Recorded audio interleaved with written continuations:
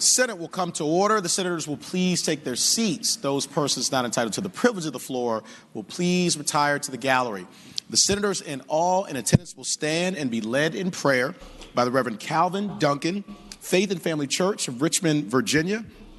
All will stand and remain standing for the Pledge of Allegiance to the flag of the United States of America by Lindley Griffin, our Senate calendar clerk.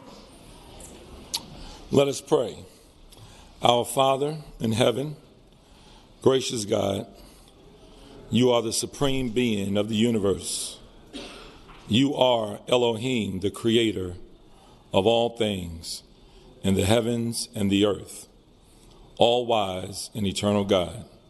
We come to you today thanking you for the many blessings you have bestowed on all of us. We thank you for the very air we breathe. We ask that you breathe on this meeting this afternoon. We ask for your guidance and your direction. Grant us the wisdom and words. Give all of those who participate in this meeting discernment and insight to handle the affairs of this great Commonwealth of Virginia. May you be pleased with our decisions to help better serve mankind. May our spirits be lifted up with faith, hope, and love. And now unto you who was able to do exceedingly abundantly above all that we ask or think, according to the power that works on the inside of us. And it's in Jesus' name we pray. Amen. Amen. I pledge allegiance to the flag of the United States of America and to the republic for which it stands, one nation, under God, indivisible, with liberty and justice for all.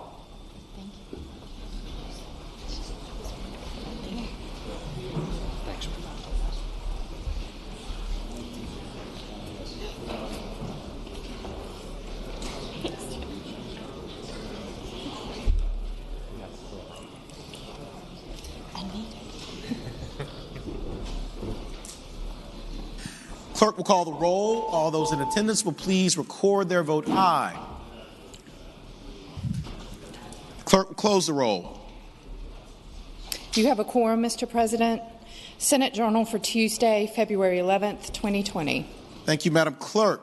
Senator from Bedford, Senator Newman moves that the reading of the journal be waived. All in favor of waiving the reading of the journal will record their vote aye. Those opposed, no. Are the senators ready to vote? Have all the senators voted? Do any senators desire to change their vote? Clerk will close the roll. Ayes 36, noes 2. Ayes 36, noes 2. The reading of the journal is waived. The clerk will report any communication from the House of Delegates. The senior senator from Fairfax, Senator Saslaw. Mr. President, I move that we waive the reading of the communications from the House of Delegates. Thank the Senator. The question is, shall the communication from the House of Delegates be waived? All in favor of the motion will record their vote aye. Those opposed, no. Are the senators ready to vote? Have all the senators voted? Do any senators desire to change their vote? Clerk will close the roll. Ayes 35, noes 3. Ayes 35, noes 3. The reading of the communication from the House of Delegates is waived. The clerk will report any communication from the governor. I do not have any, sir. Thank you, Madam Clerk. Sergeant at Arms, Senior Senator from Fairfax, Senator Saslaw. Mr. President, I move that we suspend the rules and grant the privileges of the floor to special persons. Thank you, Senator. Question is, shall the rules be suspended and the privileges of the floor be granted to distinguished persons? All in favor of the motion will record their vote aye. Those opposed, no. Are the senators ready to vote? Have all the senators voted? Do any senators desire to change their vote? Clerk, close the roll. Ayes 38, noes 0. Ayes 38, noes 0. The rules are suspended. The privileges of the floor are granted. The chair recognizes the senator from Henrico, Senator Dunham, for the purposes of presenting the distinguished guests. Thank you, Mr. President. The Outstanding Virginian Award was established over 30 years ago and is considered the highest civilian honor the Commonwealth can award. Since established in 1983, we've acknowledged philanthropists, leaders in higher education, civil rights advocates, and historians, to name a few. Today, it is my great honor to welcome Mr. Bill Goodwin and his wife Alice as we recognize him as the Outstanding Virginia of 2020 and thank him for his leadership in supporting higher education and countless other organizations that have enriched Virginia. Thank you so much for your service. And now, while we would never be able to fully express in a resolution your accomplishments, we do have a resolution to share with you. Clerk will read the resolution. Senate Resolution Number 24, commending William H. Goodwin, Jr. Whereas William H. Goodwin, Jr., a respected leader of the Virginia business community and generous supporter of the Commonwealth's public institutions of higher education and other philanthropic endeavors, was awarded the 2020 Outstanding Virginian Award. And whereas, presented by the General Assembly's Outstanding Virginian Committee in conjunction with University of Virginia's Frank Batten School of Leadership and Public Policy, the Outstanding Virginian Award is considered the Commonwealth's highest civilian honor and is awarded to citizens who have distinguished themselves through extraordinary civic service. And whereas, William Goodwin received a bachelor's degree in mechanical engineering in 1962, followed shortly thereafter by a master's degree from what is now the Darden School of Business at the University of Virginia.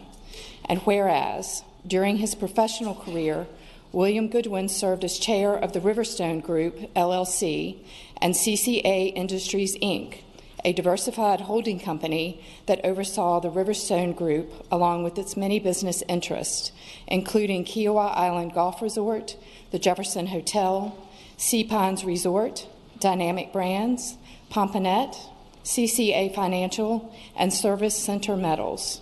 And whereas, from 1996 to 2004 and from 2013 to 2017, William Goodwin served on the Board of Visitors of the University of Virginia, providing valued insights and leadership to his alma mater. In 2013, he was unanimously elected Vice Rector, followed by a 2-year term as Rector from 2015 to 2017. And whereas, beyond his service on the Board of Visitors, William Goodwin also supported the University of Virginia as a former member and chair of the Board of Trustees for the university's Darden School of Business and as chair of the board of the University of Virginia Investment Management Company. And whereas, William Goodwin has given liberally of his time and talents to serve the boards of several local and regional civic organizations. Currently, he is a member of the Board of Directors for the Richmond Performing Arts Corporation, a member and chair of the Go Virginia Region 4 Council, and a member of the Board of Trustees of the Virginia Commonwealth University School of Engineering Foundation. And whereas, Trustee Emeritus and former President of the Medical College of Virginia Foundation, William Goodwin and his wife Alice are renowned for their support of cancer research at medical institutions throughout the country, receiving the Medal of Honor for Philanthropy from the American Cancer Society in 2006. And whereas, prior to the Outstanding Virginian Award, William Goodwin received many accolades in recognition of his professional accomplishments and service, including honorary doctorates from the University of Richmond, the Virginia Commonwealth University, and Johns Hopkins University, as well as the Virginia Tech Alumni Distinguished Achievement Award in 2005. And whereas, serving the Commonwealth in numerous capacities over the years, William Goodwin has touched countless lives and built a legacy of service that is an inspiration to all. Now, therefore, be it resolved by the Senate of Virginia that William H. Goodwin, Jr. hereby be commended on his selection as the Outstanding Virginian for 2020, and be it resolved further that the Clerk of the Senate prepare a copy of this resolution for presentation to William H. Goodwin, Jr. as an expression of the Senate of Virginia's profound respect and admiration for his contributions to the Commonwealth.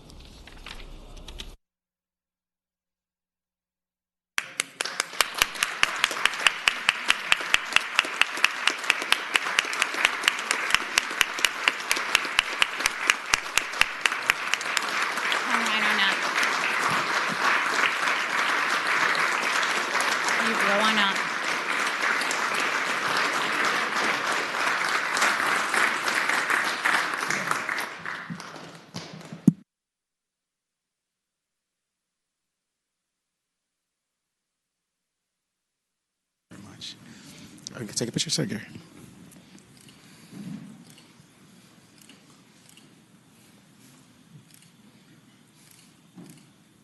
Thank you. Actually, Bill Nelson, you come back up, and Senator as well. Senator Saslaw, you come up as well. Bill, we wanted to just, echo all the words in this resolution and the eloquent words of the senator from Henrico. You and Alice are just two extraordinary people, and could not think of a better person and couple to receive this great award. You have given so much to the Commonwealth of Virginia, and there's a quote that says that the true meaning of life is to plant trees under whose shade you never expect to sit. And you've done that for so many people, whether it's in academia, in our educational institutions, cancer research. You have touched countless lives in Virginia and far beyond. And so we're grateful that you chose to be Virginians. We're grateful for all that you have given, and we applaud you today as the outstanding Virginian of 2020. So God bless you all. Thank you very much. Thank you.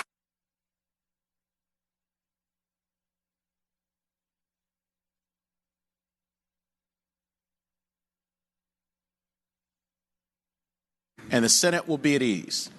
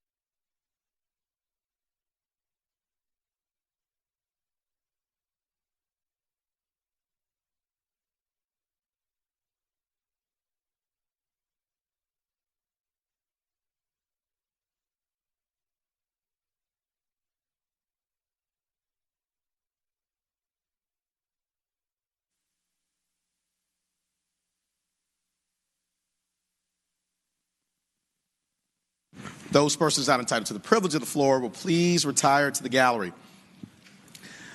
We will continue now in the morning hour. I'd like to begin by calling on the senator from Northern Fairfax, Senator Howe.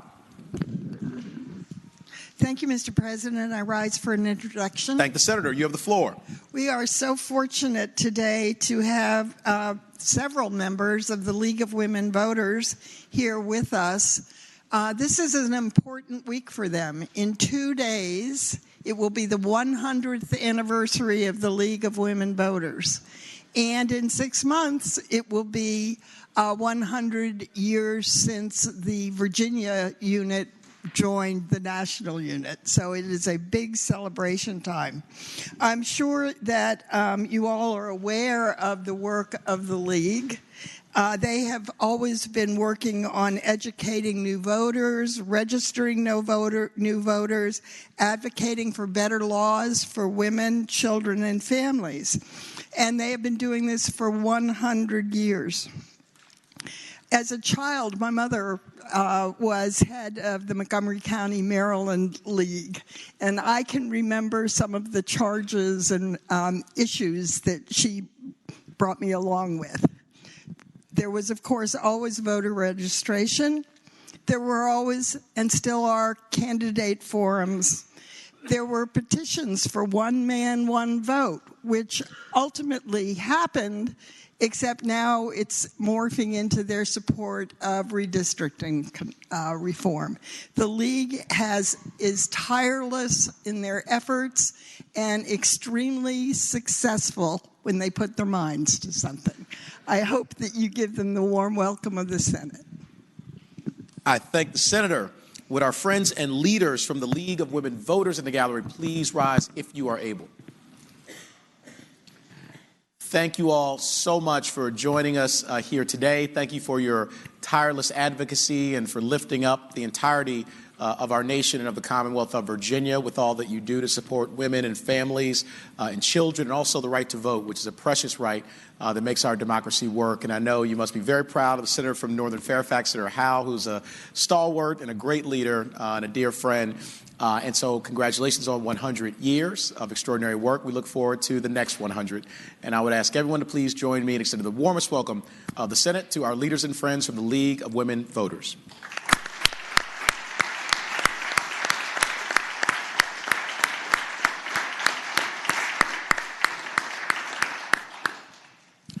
Senior Senator from Chesterfield, Senator Chase. Thank you, Mr. President. I rise for the purpose of an introduction. Thank the Senator. You have the floor. Thank you, Mr. President. In the gallery today, we have a very special guest and his family today.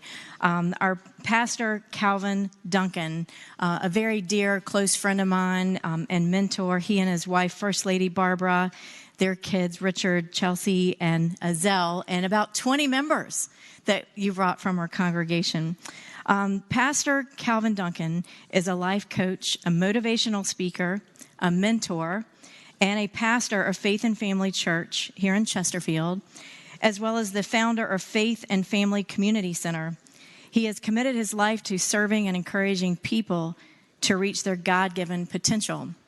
But what I really, really love and appreciate about Pastor Calvin Duncan is his life story. He was born with no silver spoon. Adversity struck Calvin at birth with his mother's untimely death at the age of 5 days old. No knowledge of a father to this day, and reared by his aunt in Linden, New Jersey, who passed away when he was a teenager. Yet he never allowed the circumstances of life to deter him from the plan that God had for his life. Now, his name may sound familiar to you. Basketball was his instrument out of the tough urban community in North Jersey that led him to Oak Hill Academy in Virginia. He attended Virginia Commonwealth University, that's a clue, on an athletic scholarship where he was given the nickname the Ambassador. And here it comes. Calvin is a Hall of Famer, and his jersey is retired in the rafters at the Siegel Center. He earned his degree in criminal justice, and in 1984, he accepted Jesus Christ as his Lord and Savior. In 1985, Calvin Duncan was the 30th player drafted into the NBA and signed with the Chicago Bulls to team up with the great Michael Air Jordan. That said, he opted instead to play with Athletes in Action, Campus Crusade for Christ, and he traveled overseas and played and coached in the NBA Development League. But Mr. President, most recently, he was drafted right here in the Senate of Virginia to play basketball for the Senate of Virginia, and we are going to kick some serious butt. Thank you, Mr. President. With that, I would ask that the Senate provide the warm welcome of the Senate to my wonderful and amazing guests. I thank the Senator. Would the Reverend Calvin Duncan, Miss Barbara Duncan, your children Richard, Chelsea, and Ezell, and the members of the Faith and Family Church in the gallery please rise if you are able? Thank you all so much for joining us here today. Thank you, Reverend Duncan, for that very powerful and wonderful prayer. And we echo the generous and eloquent words of the senior senator from Chesterfield, Senator Chase, who raves about you, as do so many people here. And we're grateful for your moral leadership in the Commonwealth of Virginia and for all that each of you does to inspire us, to raise us to the higher angels and better angels of our nature. And so we are grateful to every single one of you. We're also deeply grateful in that you're the answer to our prayers, both by giving the prayer today, but by joining our basketball team, because we need both athletic prowess and we need prayer. So you provide both. And so we're grateful for that. You're welcome back here anytime. We wish you nothing but the best. God bless you all. And I would ask everyone to please join me to send the warmest welcome of the Senate to the Reverend Calvin Duncan and guests.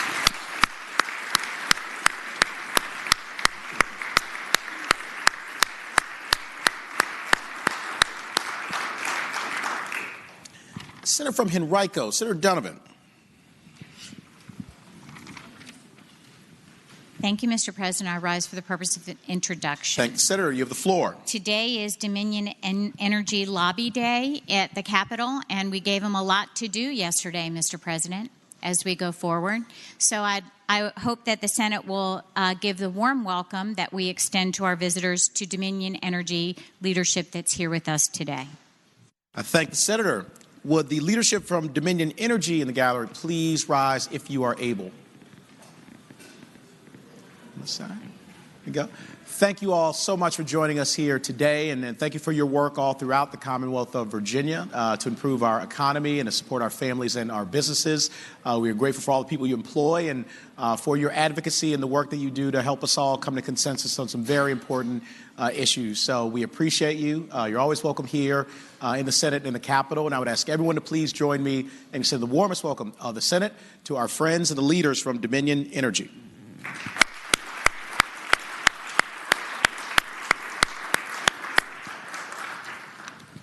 Senior Senator from Virginia Beach, Senator D. Steph. Good morning, Mr. President. Morning, Senator. I rise for the purpose of an introduction. You have the floor. Mr. President, today we're joined by my constituents from Virginia Beach, the Virginia Beach Men of Faith.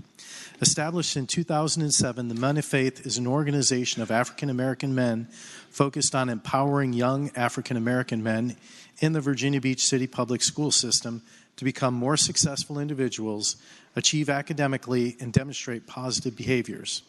Men of Faith assists school personnel to better understand young African-American men and solicit their partnership toward improving academic achievements of these students in the Virginia Beach public school system. Their faith-based partnership with the community serves to present many of these students with strong male role models and the tools they need to be successful in all of their endeavors. Their vision and mission are simple: to ensure success of Virginia Beach young African-American men from adolescence to adulthood, and to mentor, educate, and train youth to grow into responsible adults. Ron Taylor is leading them today. Ron's been a friend for over 20 years and just a great leader for these young men.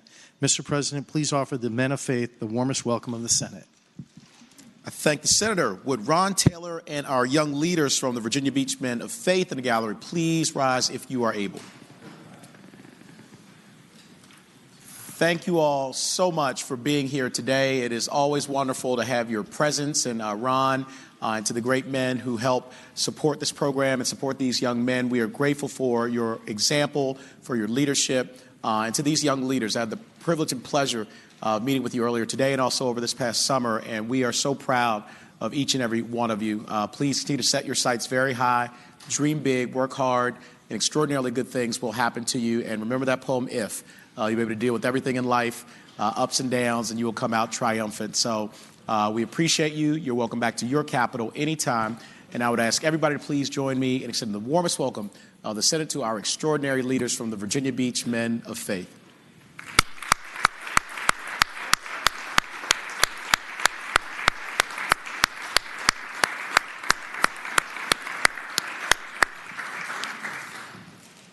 The junior senator from Virginia Beach, Senator Kiggins.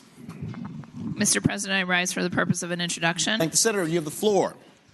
Mr. President, I'd like to recognize in the gallery today members of the American Association of University Women of Virginia who are visiting us as part of their annual State Lobby Day.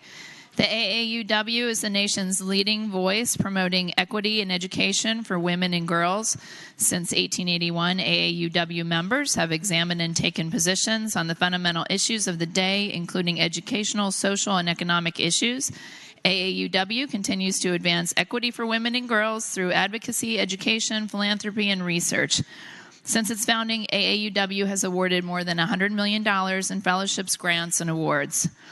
AAUW members have been meeting today with lawmakers on a variety of issues, including gender pay equity.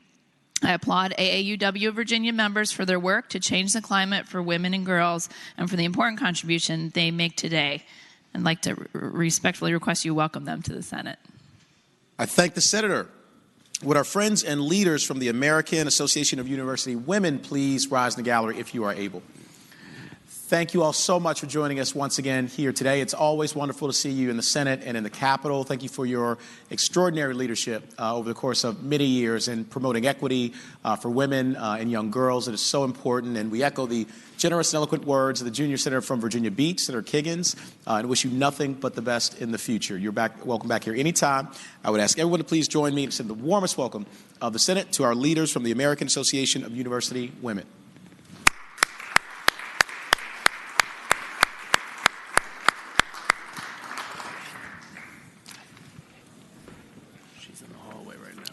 Oh, okay.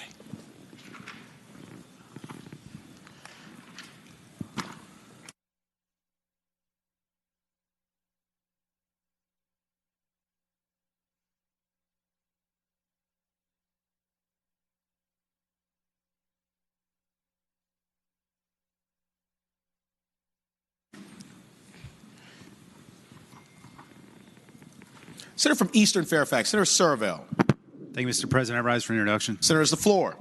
Thank you, Mr. President. Joining us in the gallery, I think right above my head, although I can't see anymore, is one of my constituents, former state delegate Paul Nichols. Paul lives in Woodbridge area. He's a prominent trial attorney in Prince William County.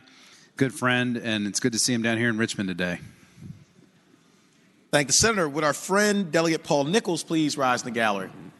Paul, it's always wonderful to see you. You have many, many friends here in the Senate and the Capitol, and thank you for your leadership and extraordinary work as a trial attorney. It's legendary here in the state, and we appreciate all you do to make us a better Commonwealth. I would ask everyone to please join me in extending the warmest welcome of the Senate to Delegate Paul Nichols.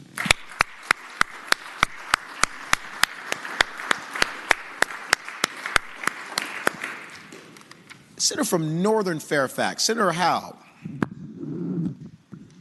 Thank you, Mr. President. I rise for a second introduction. Thank you, Senator. You have the floor. My group has just arrived. Joining us today in the gallery are students from Virginia 21, representing colleges and universities from all across the Commonwealth. Virginia 21 is a nonpartisan, nonprofit organization that empowers college students and young Virginians to be engaged citizens and advocates for issues important to them and to Virginia's future. They work to improve attainment and close equity gaps in higher education, promote civic engagement, develop young leaders, and ensure an economically prosperous future for the Commonwealth. With chapters all across Virginia and on various campuses, Virginia 21 has engaged thousands of young people in the political process since it was founded in 2001. It's one of the most successful advocacy groups for college students in the country, and I hope you'll give them the warm welcome of the Senate. I thank the senator. Would our friends and leaders from Virginia 21 in the gallery please rise if you are able? Thank you all so much for joining us here today and for your constant presence here in your capital. We are so proud of every single one of you and the colleges and universities and community colleges that each of you represents. We are all biased here, but we know that we have the best students in the entire country right here in the Commonwealth of Virginia, and some of them are right here in front of us today in the Senate. So we are grateful to you. Continue your tremendous work. You have nothing but success in the future. You also have a great executive director who's one heck of a ball player, and hopefully will play on our team as well. I would ask everybody to please join me and extend the warmest welcome of the Senate to our leaders from Virginia 21.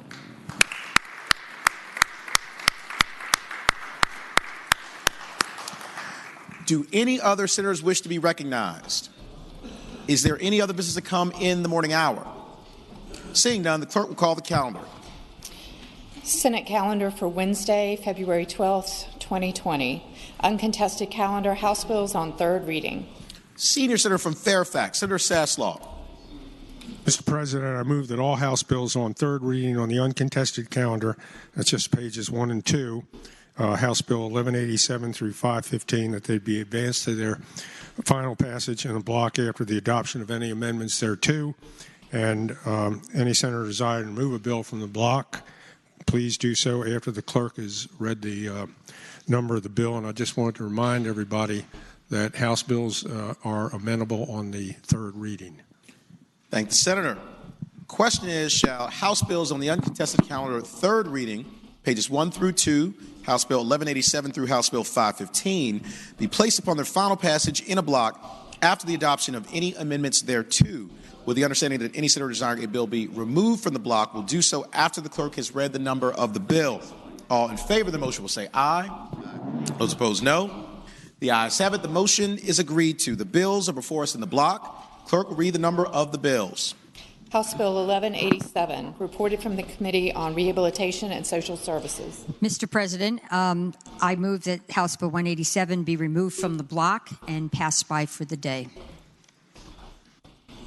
Without objection, House Bill 1187 will be removed from the block and go by for the day. House Bill 106, reported from the Committee on Local Government. Mr. President. Senator from Roanoke County, Senator Suderline. Can House Bill 106 please come out of the block? Without objection, House Bill 106 will be removed from the block. House Bill 370, reported from the Committee on Local Government. House Bill 515, reported from the Committee on Local Government. Question is, shall the House bills pass in a block? That is all bills except for House Bills 1187 and 106. All in favor of the motion will record their vote aye. Those opposed, no. Are the senators ready to vote? Have all the senators voted? Do any senators desire to change their vote? The clerk will close the roll. Ayes 39, no 0. Ayes 39, no 0. The bills in the block pass. Regular calendar, House bills on third, returning to page 2, House Bill 106. Senator from Accomack, Senator Lewis. Yes, sir, Mr. President. House Bill 106 provides that an ordinance, that a locality can have an ordinance that provides, that requires buildings to have a visible numbering and may include a civil penalty not to exceed $100 for a violation that has not been corrected by the violator within 15 days of notice of such violation. The civil penalties assessed under this provision shall be paid into the treasury of the locality where the violation occurred. I move the bill pass. Thank the senator. Do any other senators wish to be heard regarding House Bill 106? Seeing none, the question is, shall House Bill 106 pass? All in favor of the motion will record their vote aye. Those opposed, no. Are the senators ready to vote? Have all the senators voted? Do any senators desire to change their vote? Clerk, close the roll. Ayes 25, noes 12. Ayes 25, noes 12. House Bill 106 passes. Mr. President. Senior Senator from Virginia Beach, Senator D-Staff. Having voted on the preliminary side in which we just passed House Bill 106, if we could please reconsider that vote. Question is, shall the vote by which House Bill 106 passed be reconsidered? All in favor of the motion will record their vote aye. Those opposed, no. Are the senators ready to vote? Have all the senators voted? Do any senator desire to change their vote? Clerk will close the roll. Ayes 39, no 0. Ayes 39, no 0. The motion is agreed to. Senator from Accomack, Senator Lewis. Mr. President, having previously explained the bill, I move the bill pass. Thank the Senator. The question is, shall House Bill 106 pass? All in favor of the motion will record their vote aye. Those opposed, no. Are the senators ready to vote? Have all the senators voted? Do any senator desire to change their vote? The clerk close the roll. Ayes 25, noes 14. Ayes 25, noes 14. House Bill 106 passes. Regular calendar. House bills on third reading. House Bill 150, a bill relating to derelict residential buildings, civil penalty, reported from the Committee on Local Government. Senator from Accomack, Senator Lewis. Mr. President, I will yield to the senator from Arlington. Senator from Arlington, Senator Favola. Thank you, Mr. President. Mr. President, I move that House Bill 150 pass. And speaking to the motion. Senator has the floor. Thank you, Mr. President.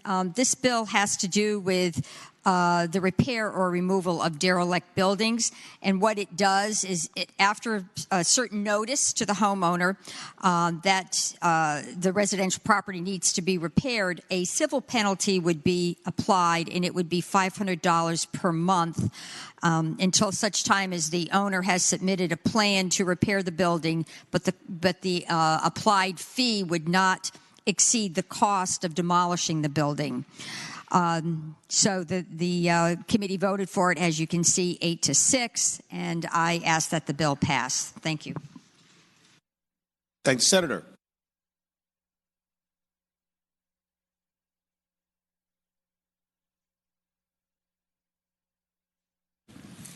The Senate will briefly be at ease.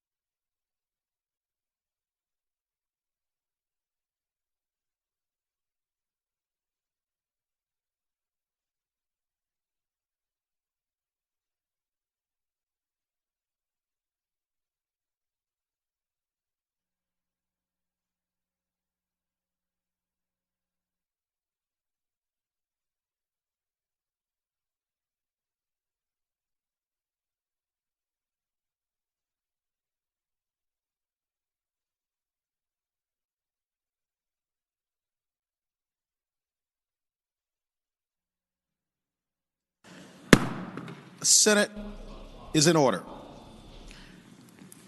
So right now we're considering House Bill 150. Do any other senators wish to be heard regarding that bill?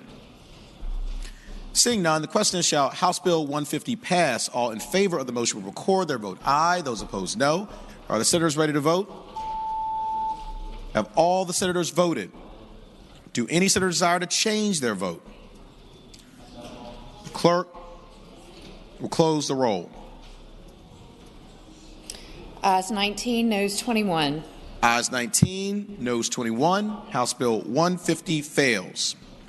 House Bill 166, a bill relating to notice by localities, reported from the Committee on Local Government. Senator from Accomack, Senator Lewis. Mr. President, I'll yield to the senior senator from Virginia Beach. Senior senator from Virginia Beach, Senator D. Steph. Mr. President, House Bill 166 is a very simple bill. It passed this body, I believe it was last week. It's specifically in Planning District 23, Hampton Roads. And what this bill does, Mr. President, is if the locality pays the newspaper, tries to announce something in the newspaper 4 weeks before or 30 days prior to it being put in the newspaper and before the meeting, and then it doesn't actually make it in the paper by no fault of the locality, again, by no fault of the locality, then the next local newspaper that comes out, the notice will be put in that, and then it's used to move forward so they can continue on with their meetings. With that, Mr. President, I move this bill pass. Thank you, Senator. Senator from Northern Fairfax, Senator Howe. Will the senator yield for a question? Will the senator yield? Happy to, Mr. President. Senator yields. You have the floor. Is this bill now identical to yours that we passed? Senator has the floor.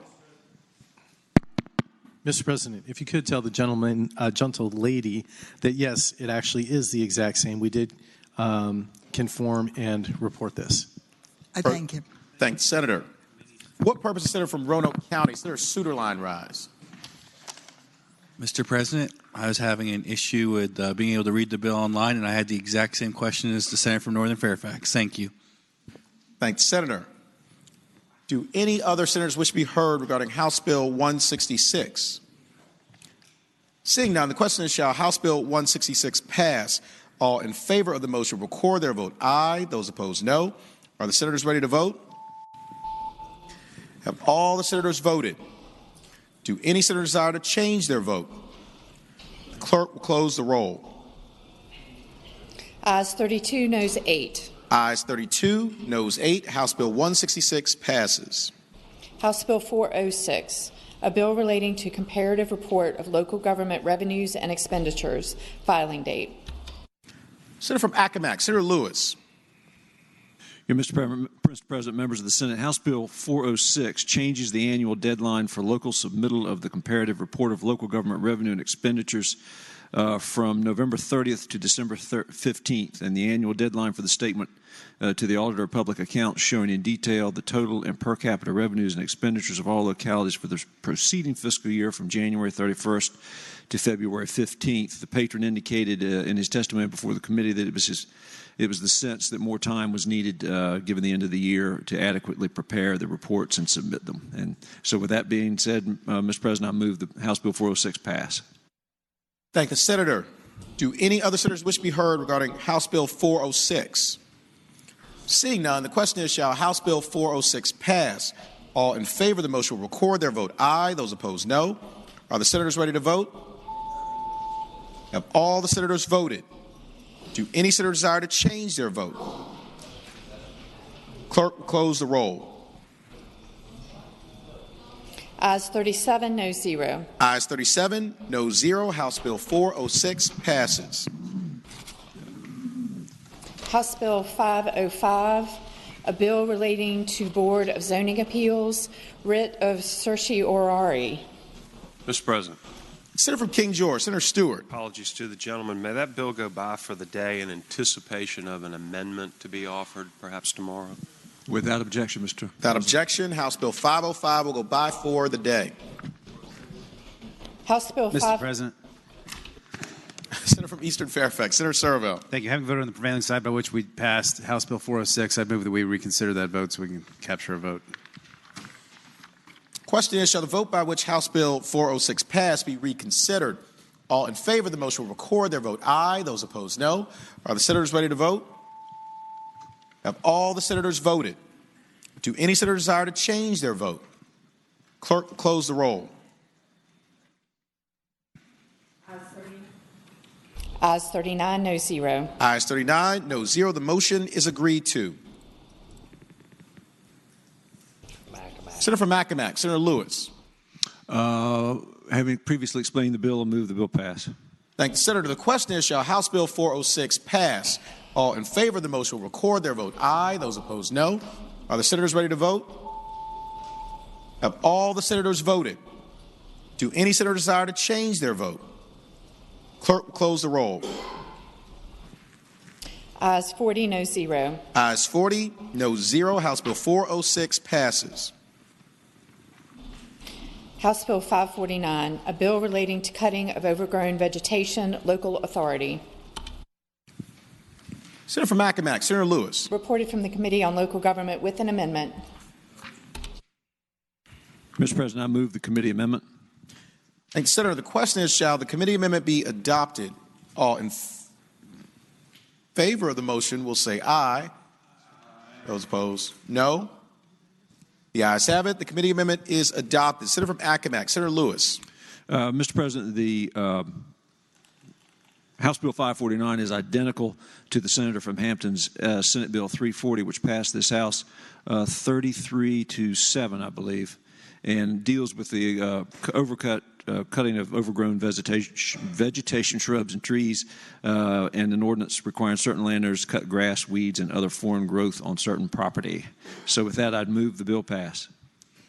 Thank the Senator. Do any other senators wish to be heard regarding House Bill 549? Seeing none, the question is, shall House Bill 549 pass? All in favor of the motion will record their vote aye. Those opposed, no. Are the senators ready to vote? All the senators voted. Do any senators desire to change their vote? Clerk, close the roll. Ayes 31, noes 9. Ayes 31, noes 9. House Bill 549 passes. House Bill 585, bill relating to the Comprehensive Plan, Transit-Oriented Development. Reported from the Committee on Local Government with an amendment. Senator from Accomack, Senator Lewis. Mr. President, I move the committee amendment. Thank you, Senator. The question is, shall the committee amendment be adopted? All in favor of the motion will say aye. Those opposed, no. The ayes have it. The committee amendment is adopted. Senator from Accomack, Senator Lewis. Mr. President, has originally introduced the bill required that a city with a population greater than 20,000 and each county with a population greater than 100,000 incorporate into the next and all subsequent reviews of its comprehensive plan strategies to promote transit-oriented development for the purpose of reducing greenhouse gas emissions through coordinated transportation, housing, and land use planning. The committee amendment, Mr. President, on line 13 changed shall incorporate to shall consider incorporating, and thereby changing the impact of the bill. So with that change, with that amendment, Mr. President, I move the bill pass. Thank the Senator. Do any other senators wish to be heard on House Bill 585? Seeing none, the question is, shall House Bill 585 pass? All in favor of the motion will record their vote aye. Those opposed, no. Are the senators ready to vote? Have all the senators voted? Do any senators desire to change their vote? Clerk, close the roll. Ayes 23, no 17. Ayes 23, no 17. House Bill 585 passes. Mr. President. Senior Senator from Virginia Beach, Senator D-Steph. Having voted on the prevailing side in which we passed House Bill 166, I'd like to reconsider that vote.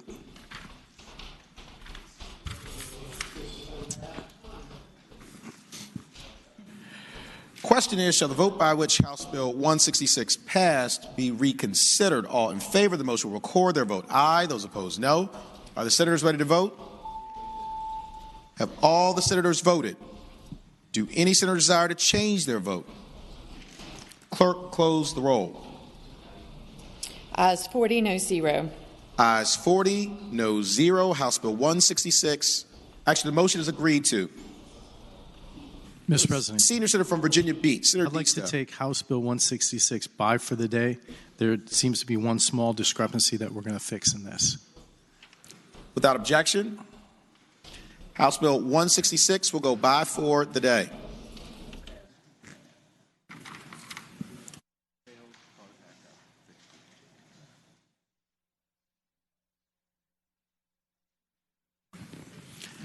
The Senate will briefly be at ease.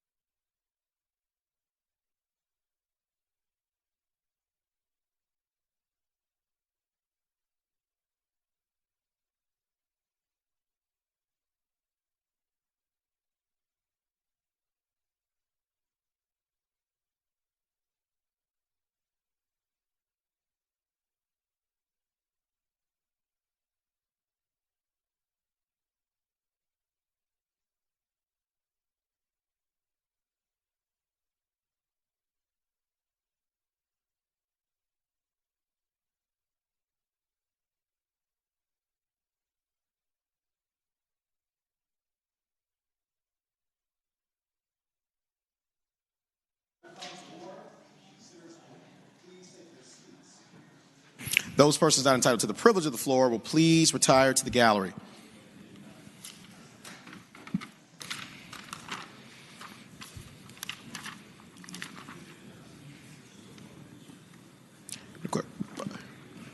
Senator from Accomack, Senator Lewis. Mr. President, having voted on the prevailing side by which we failed to pass House Bill 150, I move that we reconsider that vote. Thank you, Senator. The question is, shall the vote by which House Bill 150 failed be reconsidered? All in favor of the motion will record their vote aye. Those opposed, no. Are the senators ready to vote? Have all the senators voted? Do any senators desire to change their vote? Clerk will close the roll. Ayes 39, no 0. Ayes 39, no 0. The motion is agreed to. Senator from Accomack, Senator Lewis. Mr. President, having previously considered, the bill having been previously, actually, Mr. President, I think I'll yield to the senator from Arlington. All right, Senator from Arlington, Senator Favola. Thank you. Thank you, Mr. President. Having previously explained this bill, I move that House Bill 150 pass. Thank the Senator. The question is, shall House Bill 150 pass? All in favor of the motion will record their vote aye. Those opposed, no. Are the senators ready to vote? Have all the senators voted? Do any senators desire to change their vote? Clerk will close the roll. Ayes 19, noes 19, Rule 36-2. Ayes 19, noes 19, Rule 36-2. Chair votes aye. House Bill 150 passes.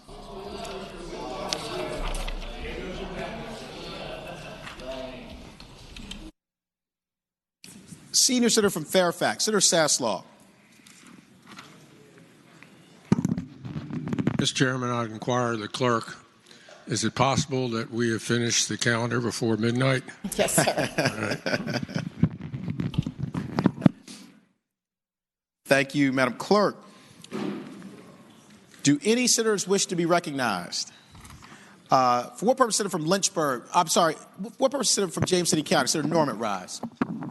Thank you very much, Mr. President. I rise on a point of personal privilege. Senator has the floor. Ladies and gentlemen, I often reflect on what we do here in the Senate of Virginia is like a P3 situation, that we have a public-private partnership, and our partnership is with the general public on what we do.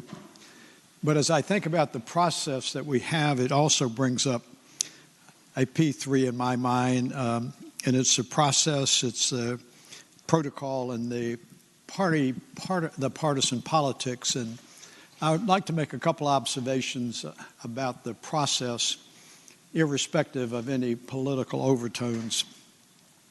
You know, as I reflected back on yesterday and into the early morning hours, I would have to say it was not one of my fondest days of recollection, and I am not certain that it was one of the great days of the performance of the Senate, and I say that without directing my comments at anyone or any group of individuals. I think we can do extraordinarily better on the process. And let me share just a couple of observations, which I'm sure most of you will not take to heart. But Senator Saslaw and I have been the majority and the minority leaders of the Senate of Virginia more than anyone in the history of Virginia. And as we have transitioned back and forth, I think we have always had some expectations that there might be some transition hiccups. But I think it starts much earlier in that. And one of the first comments I would make would deal with the number of bills that have been filed. It would be my recommendation as we look towards 2021 that a cap be put on the number of bills that any individual senator can introduce. I appreciate that 39 individuals in here are infinitely more insightful. I am not mentioning any names, and I'm not even looking that way. But I realize that there's some extraordinarily bright people in here with a fertile imagination on it. And I'm also mindful of the political realities that we've come through a very contentious political cycle and promises have been made. But I would suggest to you there is no reason that any senator should submit 40, 50, or 60 bills. And so that's one thing we should give some thought to. And it's not just about the senators. The Department of Legislative Services is working 60 to 90 hours a week over the holidays to try to keep up with this, and they are down 4 attorneys. They are down 4 attorneys. And so it is eating up an enormous amount of their time, but brings in a fatigue factor, which is not a good thing. So that is one thought that I would suggest. A second frustration that I have observed is the subcommittee process. We created the chairpersons this year created a number of subcommittees, and some of them worked very hard to try to separate the wheat from the chaff on this. But then we end up confronting the same bills in just a very modest reconstructed format again, and the time and energy of the subcommittees are wasted. And that's not in all instances, but I think we can do much better on that. I would further say that bills come before the full committee, and I appreciate this is difficult. It is difficult. For instance, we get 3 bills on small business loans that are not consistent, not comported, but directly and challenging with one another on the policy issue. And that's not a reflection on any of the patrons. The subcommittee and the committees need to make a decision. Now, I respect that I am an oddity in this body, because when my dad sent me to VMI, he thought he was sending me to a reform school. And he was hopeful that my behavior would be much better after 4 years. You cannot imagine how disappointed he was on graduation day on it. But one of the things that was instilled in our curriculum activity at VMI is one word, and that is discipline. And I think we as a body need to exercise some discipline through the process and make those hard decisions on deciding which bill as a matter of policy are we going to report to the floor, rather than sending us 3 conflicting bills and trying to sort it out on the floor of the Senate. And we spent almost 30 minutes yesterday in pause as we tried to straighten out and comport 2 conflicting bills that both of the patrons wanted. And I say that with all due respect. That is something that should have been worked out before we got to the floor of the Senate. I would further say that we can have that problem in committee. I had been working with the senator from Portsmouth on casino issues for several years, and we have enjoyed a very good partnership on that. And thinking that we understand the complexity of one of the most significant policy decisions that we are making in Virginia, and to sit down at the committee and get slapped with 2 or 3 amendments in the nature of substitute that are 65 pages long is a little challenging. I appreciate that everyone in here has taken the speed read course, but I don't read that quick. And speaking of substitutes and amendments in the nature of the substitute, Mr. President, I don't think in the 29 years that I have been here, I have ever seen so many substitutes or amendments in the nature of the substitute. And there could be a number of factors to that, but they're coming in at the 11th hour. And in fact, it is very difficult to digest in the last day or 2 of a session when they're coming through with so many. And one of them yesterday was 45 pages long, and no disrespect. Sometimes even the patron doesn't have a thorough and exhaustive knowledge of it. And that's not a criticism of the patron. It's just because of the way things are moving. And I respect. Part of that may be the burden that is on DLS, because they're getting hit with so many amendments and substitutes where senators are trying to overcome objections that have been raised to their bill by a recrafting of it. I felt terrible for those people sitting up there last night. To 1 o'clock in the morning, trying to just observe what their work product was and how it was going to be handled. I would further say that I think in committees we need to exercise some individual discipline. There are some very contentious bills that have come before us, and some of them have a partisan fever to it, and I say that with absolute respect. But I remember years ago sitting in House Criminal Sub at 2 a.m. in the morning when Delegate Cranwell looked at Senator Stolley and I said at 2 o'clock in the morning, he said, "We're not going to hear your bill." Been sitting there since 7 p.m. to 2 a.m. to be told they're not going to hear a bill. And, you know, some of you may not appreciate it. This whole political legislative process to me is business. It is business. It is not personal with me. And I remember Delegate Cranwell came up and said, "Well, Senator Norman, I know you're really pissed." And I said, "No, sir, I'm not. I don't bring anything to Richmond that I have to take home." And some of us get so invested in what we are doing, thinking we're going to change the rotation of the axis of the earth with our creative legislation, that we lose our objectivity. I think when a bill is coming before committee, even if a chairperson is presenting their bill, they need to always give the opposition an opportunity to be heard. And we had several instances where only the proponents were heard and the oppositions were not.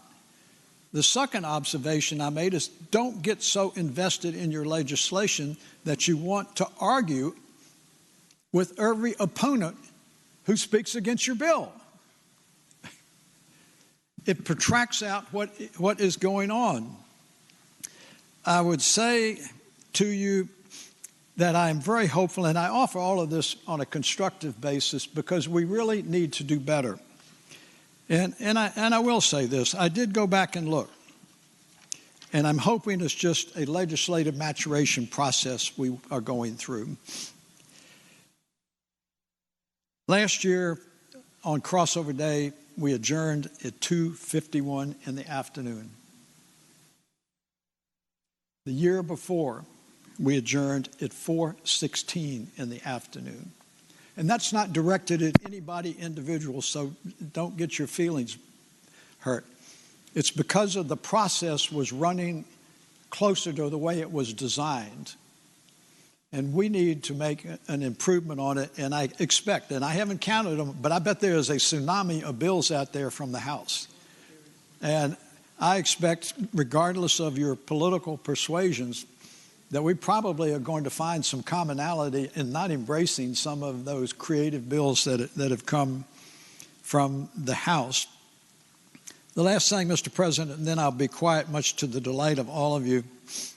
I think that there are some things that we can do on the floor that are dealing with protocol, and that is some of us on both sides of the aisle during the course of discussions have gotten rather abrupt, if not curt.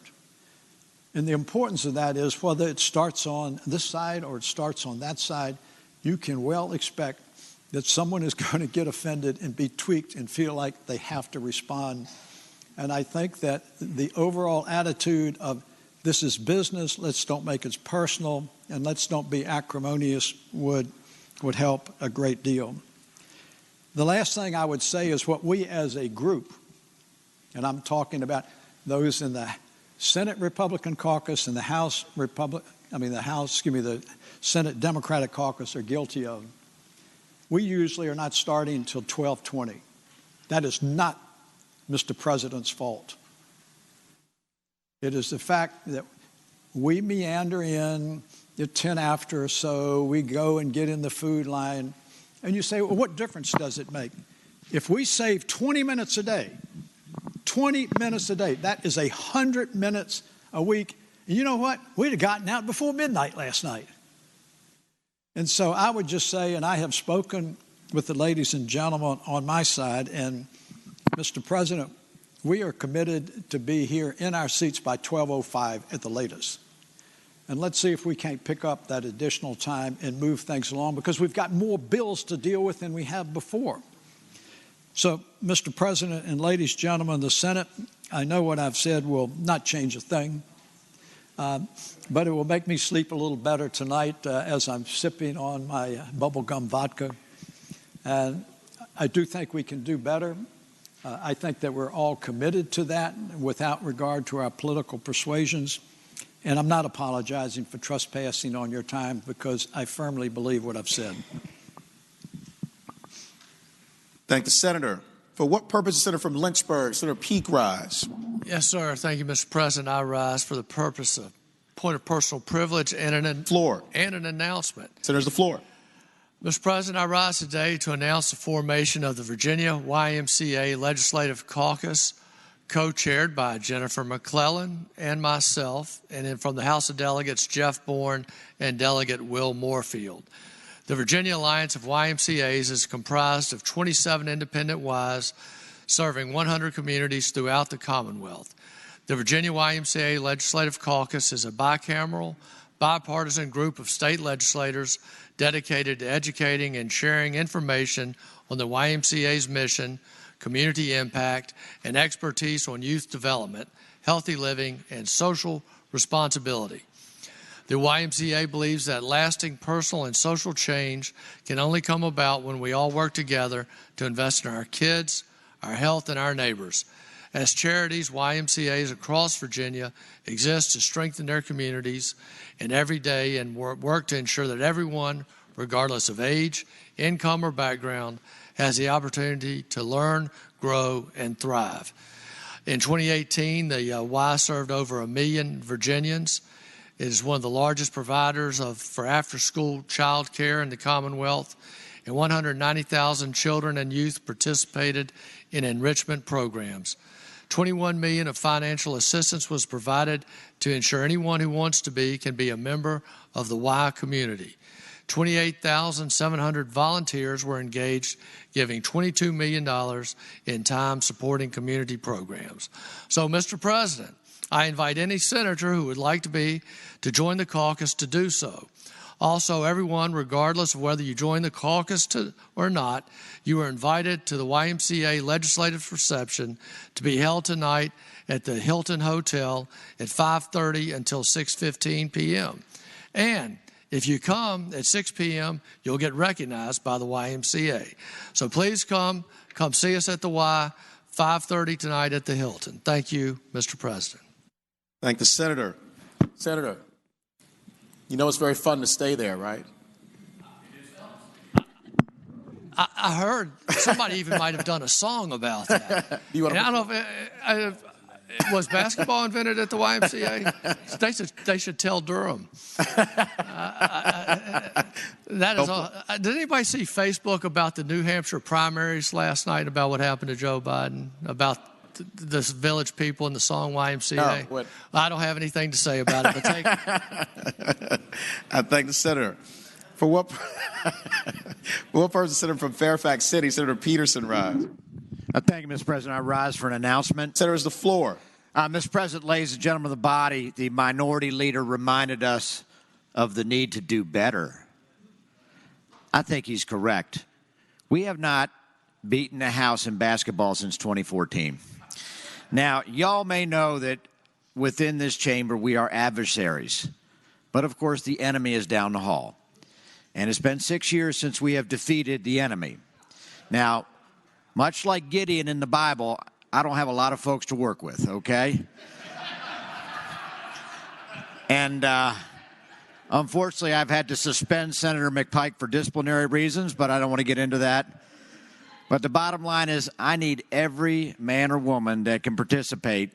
Please check in as your captain. Let me know. I want to thank Senator Chase for bringing Pastor Duncan to our attention. He is going to be an absolute addition.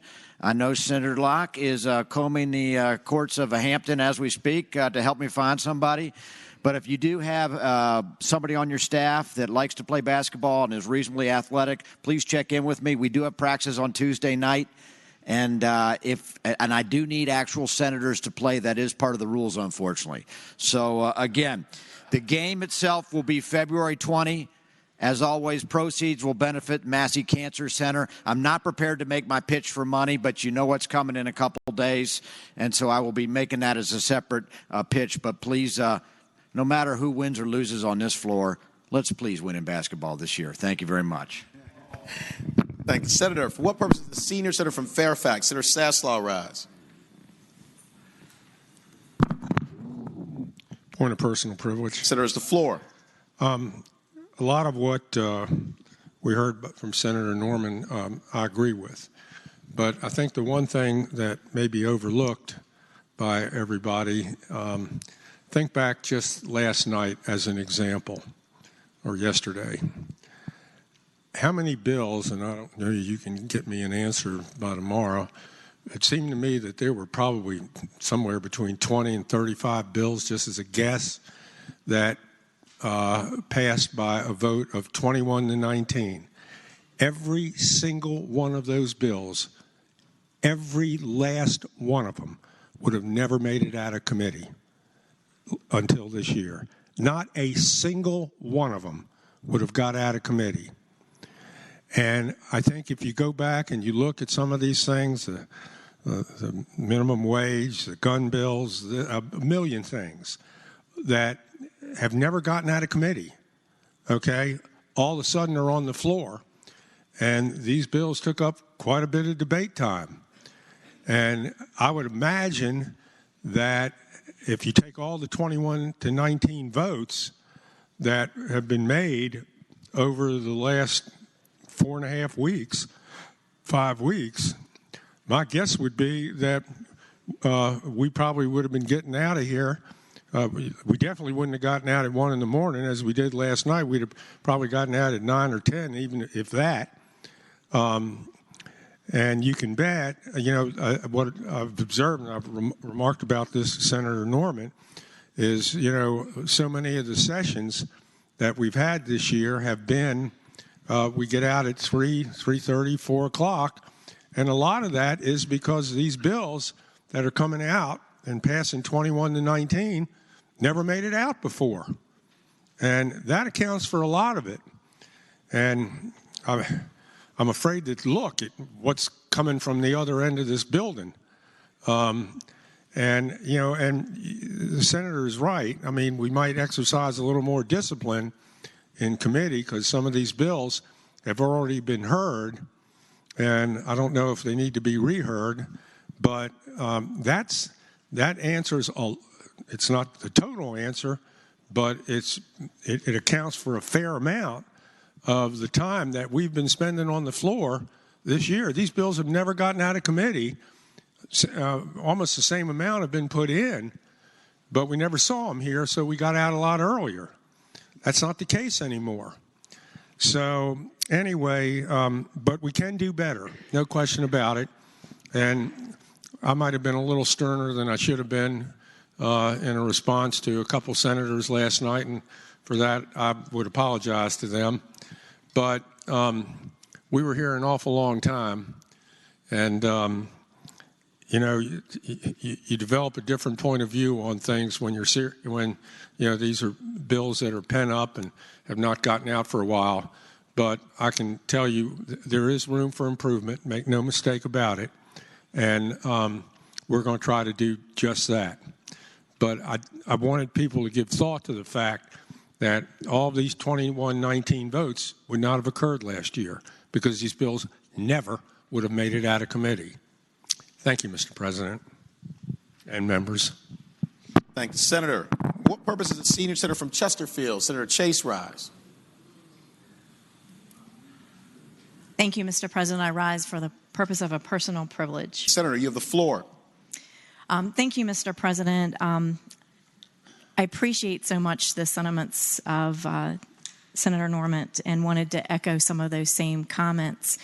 I received a letter from a chair, and I won't mention names, about reasons for not docketing bills this year. And I just really wanted to go back to the heart of why I ran for office, and that was to bring greater transparency to government. A lot of people feel very disconnected from their government. They don't understand how it works. They don't understand how to go look for certain bills. And my desire when I first ran for office was to bring greater transparency to government in general and to make it more user-friendly. And my first year in office was the co-founder of the Transparency Caucus with Delegate Mark Levine, and just so appreciate everyone in this body supporting our efforts to make this place more transparent and bring more light here to the General Assembly. And I thank all of you for being a partner on that, because as you all know, we can't do any of that alone.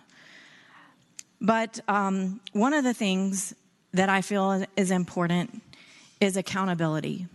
And in receiving this letter, one of the things that really hurt my heart is that I would never, ever want to make a legislator feel like they were personally coming under attack. And if that is the case, I apologize, because that is never the intent. My heart is to make sure that the folks back home know what pieces of legislation that we introduce, that we sponsor, how we vote on pieces of legislation. And this was a very big year for people back in my district and myself who hold the Second Amendment very near and dear to our hearts. Many of us feel that is the foundation of every other freedom that we hold, our religious freedoms, our First Amendment. And we really felt like those were all at stake this year. And just coming off an election year, I know that stress was high among all of us. And what I will tell you, I know that there are some of you who maybe don't have Facebook accounts. There are many of us that do have Facebook accounts. And I just want to assure the members that I personally, as a legislator, would never put your personal information, contact information on a Facebook page. It's never happened. Any information that has been put on Facebook has been your office information, any information that is publicly available through virginiageneralassembly.gov, be it your district contact information, any photos. It is all public and available to the people that you and I represent. And I think it's important that we as legislators remember that we work for our district. And that we represent our district, and they're holding us accountable, and that we should expect to receive phone calls from people in our district and others across the state, because the policies that we're putting forward, as you all know, affect their daily lives and ours as well. And I feel like they should have a say, but many times they don't know where to go. They don't know where to turn. And so many of them are familiar with social media, like Facebook. And so my team has taken advantage of this new social media in order to make that information more easily accessible. And so that is my heart. It is never to hurt or intimidate or make any legislator feel threatened. And for that, I apologize if you have felt that way at any way.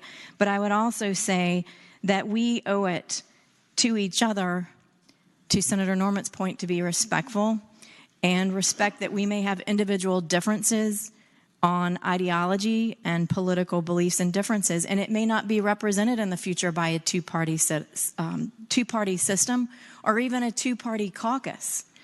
And so I know that we've made modifications to the Senate rules this year saying that you have to be affiliated or associated with the caucus. And, I really just question that.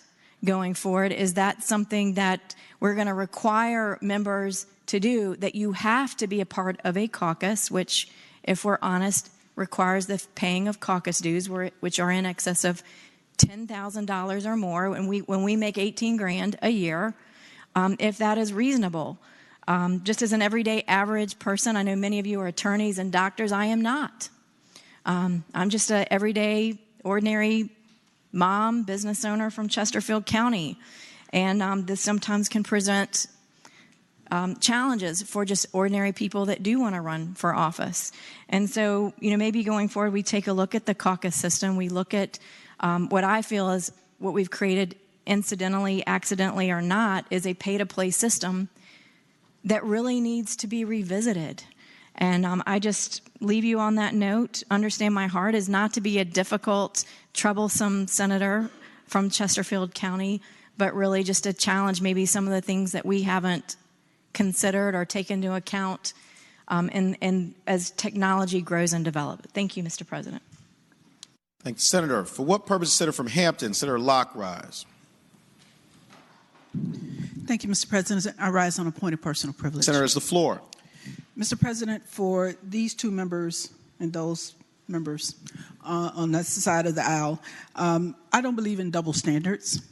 And I would like to say that from this point forward, those of us would try to be here at noon, because I remember times when we've had to sit here and wait past noon. But from this point forward, we will endeavor to be here at noon. Also, Mr. President, this is the first year that I have been fearful for my life and for the lives of members of the Democratic Caucus because of Facebook.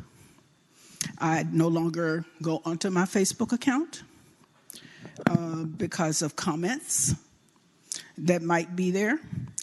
And one of our members has had her life threatened with, I will shoot you in the head. Offices being called with die B word and people hanging up as a result of information that's being put out there on members of this caucus. And that's unacceptable. And as a result of someone else's actions. So it isn't necessarily anyone retaliating against someone, but when you put an individual's life in danger by acting in a certain way, and you put someone's family or someone's staff member in a dangerous situation, that's unacceptable. And I'm sorry, that kind of behavior is unacceptable. Simply because we may disagree on a political issue. That's going to happen in a political environment where we disagree. But it's okay to disagree without being disagreeable. That's the nature of politics. Thank you, Mr. President. Thanks, Senator. For what purpose, Senator from Rockingham, Senator Obenshain, rise? Mr. President, I rise for a brief point of personal privilege. Senator, has the floor. Mr. President, last thing in the world I intended to do was stand up and say anything today, but I feel motivated to do so by certain comments that have been made. First of all, Facebook is hardly a new technology. We all know it's available, and we can all look at what's on Facebook. And we all know what words we use. Now, I can say I have never felt threatened. I've never felt intimidated. I've never felt endangered, and I certainly respect the subjective beliefs of those who may have. But I have been called a liar on Facebook, and it doesn't intimidate me. It doesn't hurt me to be called a liar. It's a bit disappointing, and I think that some other people in this chamber have been insulted and personally attacked on Facebook, and it's just not the way that I like to think that we as a member of a collegial body deal with one another. Second, I also cannot allow this suggestion that we have a pay-to-play system on either side of the aisle in here to go unrefuted. Now, the Democratic caucus, I assume, has a caucus structure. I assume you do. I assume that you have some expectations from, yeah, I know. loosely organized as well. But I assume that Democrat caucus expects some contribution from their members to help with the administration of their caucus, as do we. I've been a member of the Republican caucus for 16 years, 17 years, I suppose now.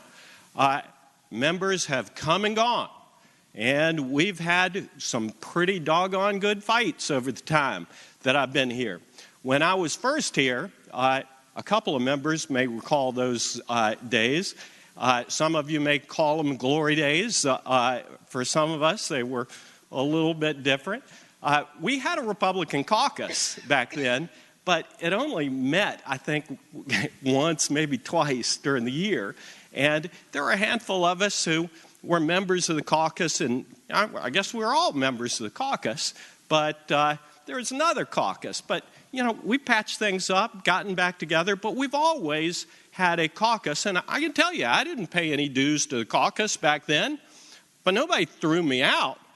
I can tell you, over the course of the years, we've had more than one member who has been recalcitrant, who has not embraced maybe some of the financial expectations that we've had for supporting our operations. Nobody in the 17 years that I've been involved has ever been asked to leave our caucus or been expelled or been deprived the opportunity to have a voice in what we do as a consequence of their refusal to contribute to the operations. And that goes for right now. So, you know, we all make personal choices. And some of those choices, you got to live with and you got to own. They're your choices. They're not ours. And you can't just look around and point your finger and blame everybody else for the choices that you make. You got to own it. It's yours, not mine. What purpose, Senator from Eastern Fairfax? Senator Servell, rise. So a quick point of personal privilege. Senator's the floor. Thank you, Mr. President. You know, ladies and gentlemen, this is my, I think, 11th session, although my fifth in this body.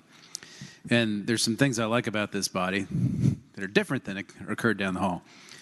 And one of which is we actually debate in this chamber, which I think is a lot of why we were here so late the other day. Down the hall, at least Speaker Howell used to give us maybe 30 to 45 minutes on bigger issues, 15 on others. I hear down there now they're doing like 20, 25, something like that per bill. So if you want to know why they finished so quick on some of the things that took us so long, it's because they don't like talking to each other. So I appreciate the debate we have. I think it's important. I think it also helps us to get to better results than they do. And we also, another thing we do here that they don't do is they just don't do floor subs and floor amendments. They just don't do that. And I know Madam Clerk, who's not here, maybe she's watching at home, I know she was going nuts with all the amendments that were out there yesterday, but I think it's important that we get things right instead of sending things back and forth from committee constantly, which is how things work over there. And I think that's partly why things took so long, is we're doing some really big stuff this session. And to get it right, to put things in a proper posture before they go down there, we had to get it right. And so I think things were slowed down some by some of those things we see. And they just don't do that over there. And we're going to see some bills, I think, in the next 3 weeks that reflect that. And personally, I think that's a good thing, having lived in both systems. Number two, you know, I recognize that I keep hearing comments about the number of bills, and I appreciate that. So I want everybody to know I went and did a calculation. The average member in the Senate carries 30 bills. There are 10 of us that have introduced 39 or more. You're at 63. I know what I'm at.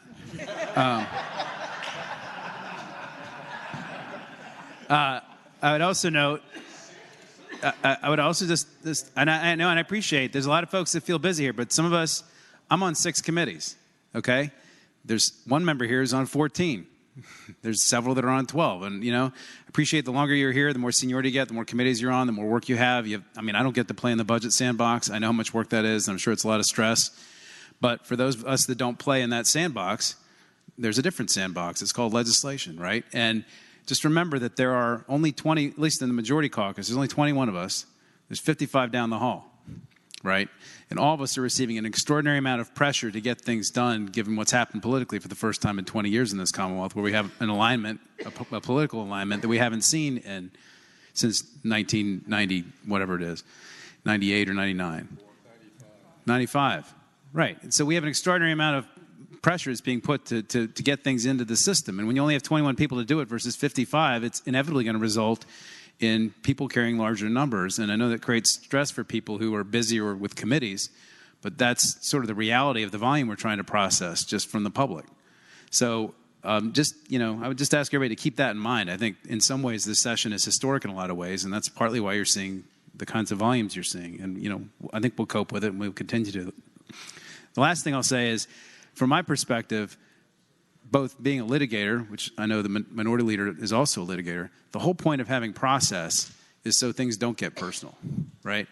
And the whole point of speaking through Mr. President and not talking at each other is so things don't get personal.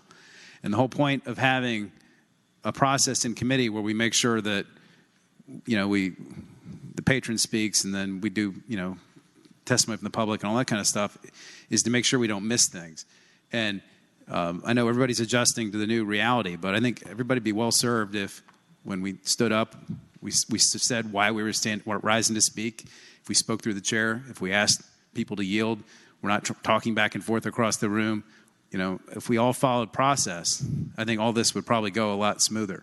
And I think, I think everybody's trying, but we're at 10 o'clock at night, you kind of lose track of process sometimes.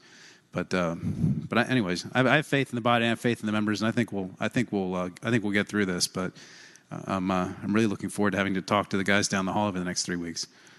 So, in any event, thank you, Mr. President. Thank you, Senator. For what purpose is Senator from Northwestern Fairfax? Senator Boysko, rise. Thank you, Mr. President, I rise for an introduction. Thank you, Senator. You have the floor. Mr. President, ladies and gentlemen of the Senate, we have with us today the students from Al-Fadi Academy in Herndon. They've had the opportunity to listen to us really address some of the big problems that we're having as human beings getting along. That's one of the things that the Al-Fadi Community School does, actually. They practice good conduct through including honesty, humility, forgiveness, generosity, kindness, fairness, compassion, and empathy. And they remind one another that through these lessons, interactions, and activities and personal relationships, they will grow into be good, strong, caring adults who are vibrant. The Al-Fadi community is a Muslim school. They come visit us every single year. I have known the founder for over a decade, and she and I work together on a number of community activities to try to make our community a better place. It's my pleasure, and I ask you to give the students and their teachers a very warm Senate welcome. Thank you. I thank the Senator. Would our friends and young leaders from the Al-Fadi Academy in the gallery please rise if you are able? Thank you all so much for joining us once again this year. Thank you for coming to your Senate and to your Capitol. We're always grateful to see you. I know the Senator from Northwestern Fairfax in particular is very happy to see you. Thank you for your leadership. And to our young leaders, we are very proud of every single one of you and know you will do great things in your lives if you hold fast to all that you're learning at that great academy around inclusion and honesty and fairness and compassion and empathy. Really great values. So we appreciate you all. Look forward to wonderful things in your futures. And I would ask everybody to please join me in extending the warmest welcome of the Senate to our friends and young leaders from the Al-Fadi Academy.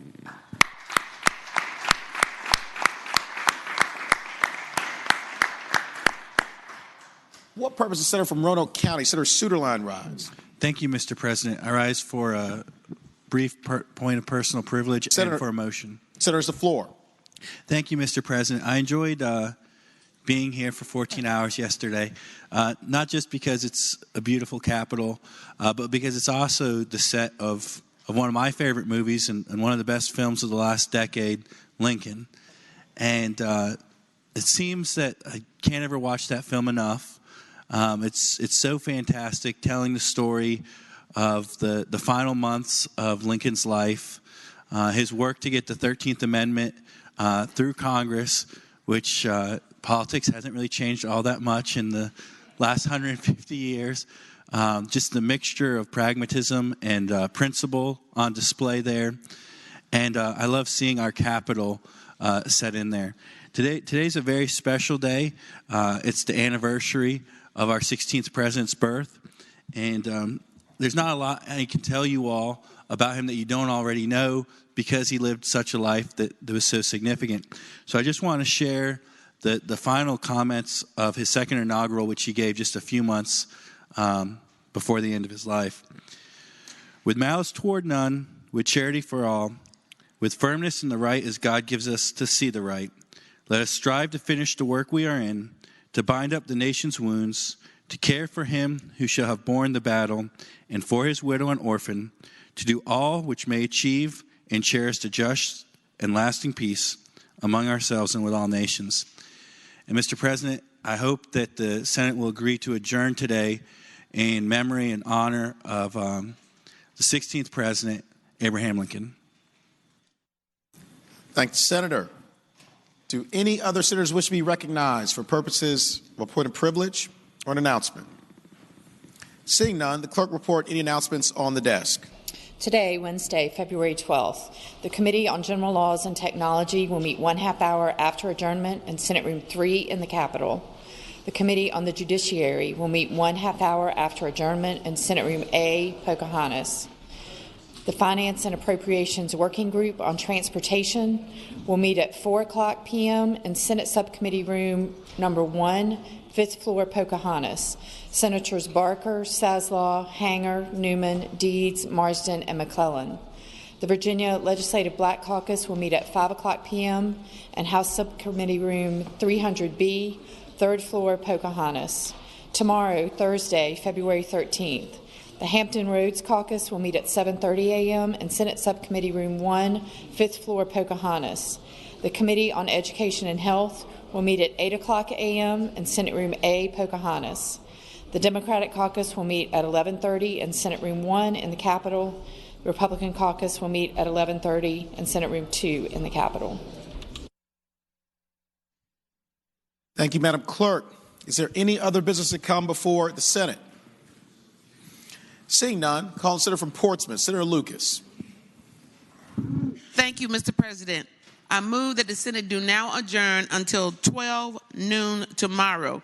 And when we do, we'll do so in honor of the 16th President of the United States, Abraham Lincoln. Thank the Senator. The question is, shall the Senate stand adjourned until 12 noon tomorrow? And that when we so adjourn, we do so in the honor and memory of President Abraham Lincoln. All in favor of the motion will say aye. Aye. Those opposed, no. The ayes have it. The Senate stands adjourned until 12 noon tomorrow in honor and memory of President Abraham Lincoln.